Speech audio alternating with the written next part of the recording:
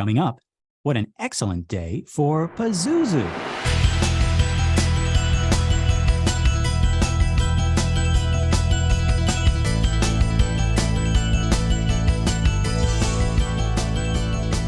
Well, howdy, folks, and welcome to Minute 5 of The Exorcist Minute, a show where we endeavor to examine, extrapolate, and excavate The Exorcist minute by terrifying minute. My name is Lester Clark. And I'm Keenan Diaz. And we will be your holy guides on this journey through what some have called the scariest movie of all time. All right, so our minute begins with uncovering of that artifact that we saw in the previous minute. And it ends with our man in khaki sitting alone in a dusty roadside tea house. But before we join him for a cup of tea, I think it's finally time to talk about what we found in that hole in the previous minute. We get a close-up as he's dusting it off and some really great subtle acting from Max von Sydow here as recognition dawns on his face. It's very brief, but I really like how his whole demeanor changes as he realizes what he's holding in his hands. And again, that makeup is so convincing. This is a close-up, and I still can't tell that he's actually a younger man under there. Now, this makeup is done by the illustrious Dick Smith, who, Keenan, you might know a little bit more about Dick Smith than me. Right, exactly. So Dick Smith is one of the big pioneers of makeup. He was the mentor to Rick Baker, who is now the biggest name in makeup effects. Wow. And, when you think of makeup in The Exorcist, you'll tend to think of, say, the transformation that Reagan will go through later on in the film. Right. Yes, but Marin is a complete makeup job as well. And what Dick Smith was working on before he got to The Exorcist was, rather than the makeup that had come before, which was often stunning, say like in Planet of the Apes, which is John Chambers' makeup job, where he was creating prosthetics that were basically plates, right, to really transform the face into something else, and then blending the plates into the actor's normal skin tone and that kind of thing. But what Dick Smith wanted to do was to create makeup effects that were more in pieces rather than plates, that would allow the actor to act through them. So I saw a really cool quote from Laurence Olivier, who loved makeup and that sort of thing, come from the stage tradition, right, doing Richard III and that kind of work. And he said to Dick, it does the acting for me. These things, these multi-level, three-tiered usually makeup effects. So we will see a lot of his work later on, and you might be interested to know that Dick Smith's previous job was on The Godfather, doing the makeup work for Marlon Brando, who he can't escape from. He haunts this show, I swear. Haunting of it, right? And then Little Big Man. I don't know if you've seen Little Big Man, Lester. I haven't yet, not yet. Oh, yes, but that is Dustin Hoffman playing the only white survivor of the Little Bighorn attack. And so he is playing the oldest man in America. He's like 130 years old. And so it starts with that. And then later he would do something similar with Amadeus. To talk about Amadeus first, because I remember we have Salieri and he's playing older in the very beginning and also the end, like the bookending of, the frame sequence, the film. But even then, even that makeup compared to Max von Sydow's old makeup is, wow. Well, it is so interesting. We said this before, but if anyone at home wants to look up what Max von Sydow looked in his older life, I mean, he looks just like this, as opposed to Marlon Brando when he did get into his 60s, does not look like Vito Corleone in The Godfather. No, he does not. F. Murray Abraham, who is still working on things now, he does not look like old Salieri and Amadeus. Right. They've aged very well, and Max von Sydow looks exactly like he does in The Exorcist in Star Wars 7. Oh, and one last thing I wanted to mention about Dick Smith. We'll come back to him, but obviously, because his work is so key to the film, he also claims to have invented the blood squib. So a squib is something that you put, say, under the clothes or under makeup, like a prosthetic makeup on an arm or a chest or something, so that it can reproduce gunshots, right, and in explosions of blood. So that's one of the things that he says. We had blood squibs before, so this might be a case where we had a bunch of people having the same basic idea of what if we had a tiny firecracker under some fake stage blood, but he said he invented it, which might have been him not being aware of the other technologies that we had as far back as the 40s and making it up on his own. He actually ends up writing a makeup book that I wish I could get, but it's like his handbook of makeup effects, but now it's like $300 because there's so few of them out there, so I did not buy that one. But so we hear a crack. And our man in khaki has finally freed the thing from the chunk of earth. And now we see that it is the stone head of what looks to be a demon. And this revelation is accompanied by what sounds like the buzzing of insects. Keenan, did you catch that? I did catch that. It is music of some kind, and then it gradually seems to morph into something that sounds more like insects. Yes. Yeah, yeah. And what's really interesting about this is that we have Father Merrin's hands brushing off this dirt, and we can see that it's a face. And then just as we get used to seeing the face entire, right, as the dirt is coming off it, that's when we cut. So we don't get a lot of time able to consider it. Most of our time in this shot is trying to figure out what we're looking at. Right. And just when we do, we cut out of there. And so it's interesting because the human eye in films will try to go to faces. It's one of the things that connects our interest the most. So things like the human face or text or light and color contrast, movement, leading lines that we've talked about, that sort of thing. But this one, we see half of the face or maybe a fourth of the face with its eye. And all of a sudden our mind is trying to see the rest of that face. We're like, give us the rest of that face, right? And we're working really hard on it. And so there's this term that's really fundamental to things like animation, which is pareidolia. Pareidolia. I'll spell it so that people can look it up, but it's Pareidolia.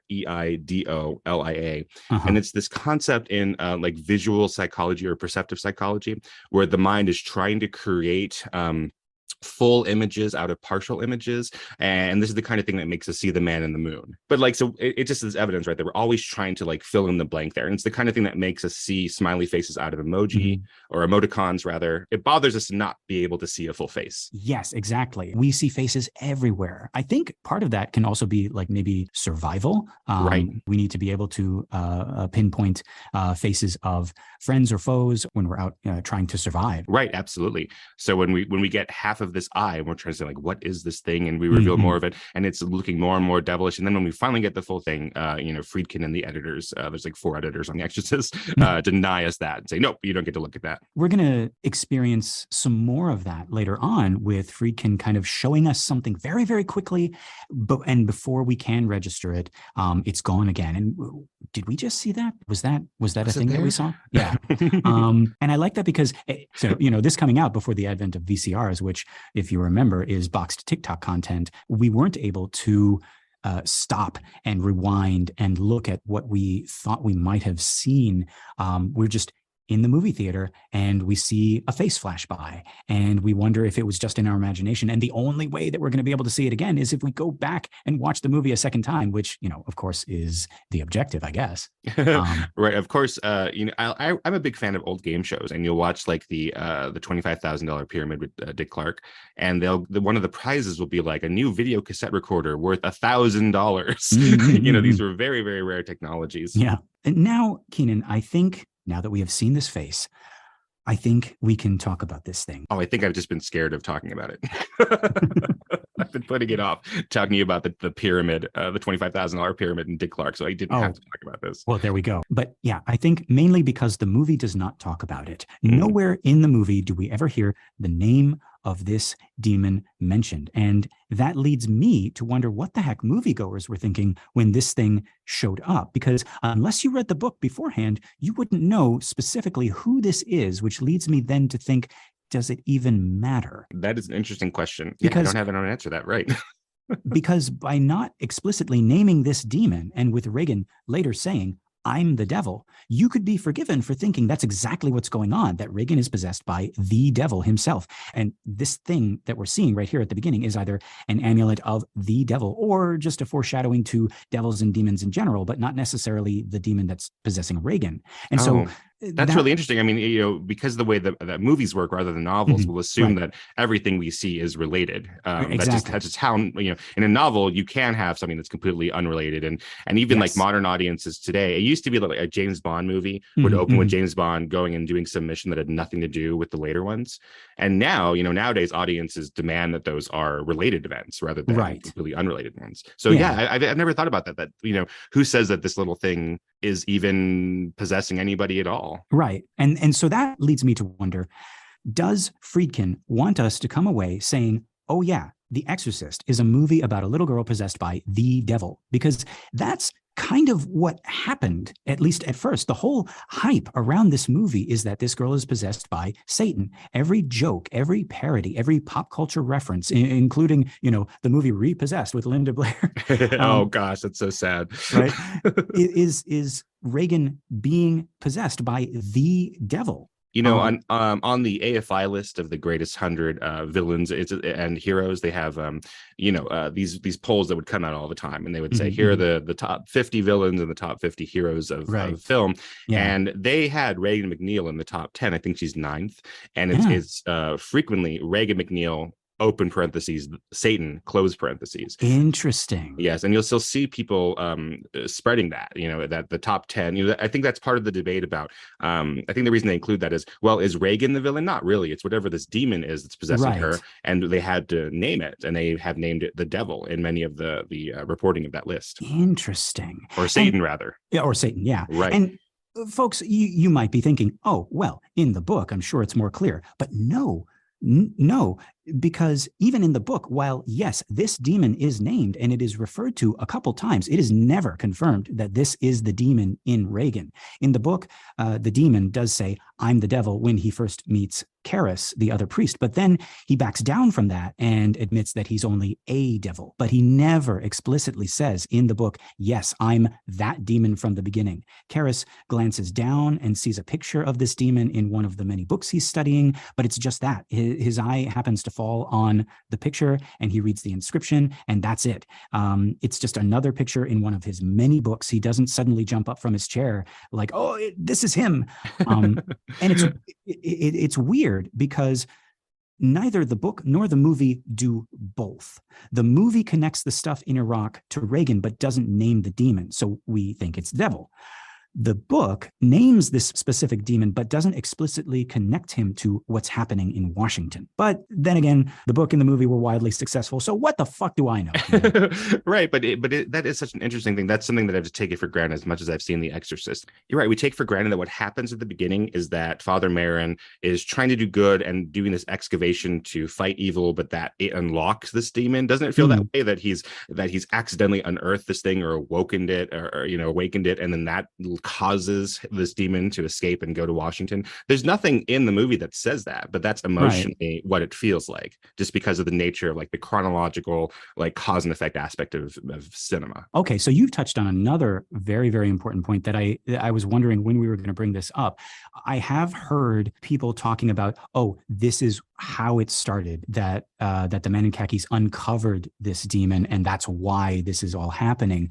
I never got it that way. I saw it as this demon is kind of messing with our Man in Khakis and kind of like teasing him, and meanwhile the stuff is going to happen later in Washington, and whether it is this same demon or not, he's kind of getting this premonition here in Iraq. But this is a question, and I guess we have to address it. Is this a case of Jumanji, where now Merrin needs to roll a 5 or an 8? Do you know what I mean? Wait, hang on, let me do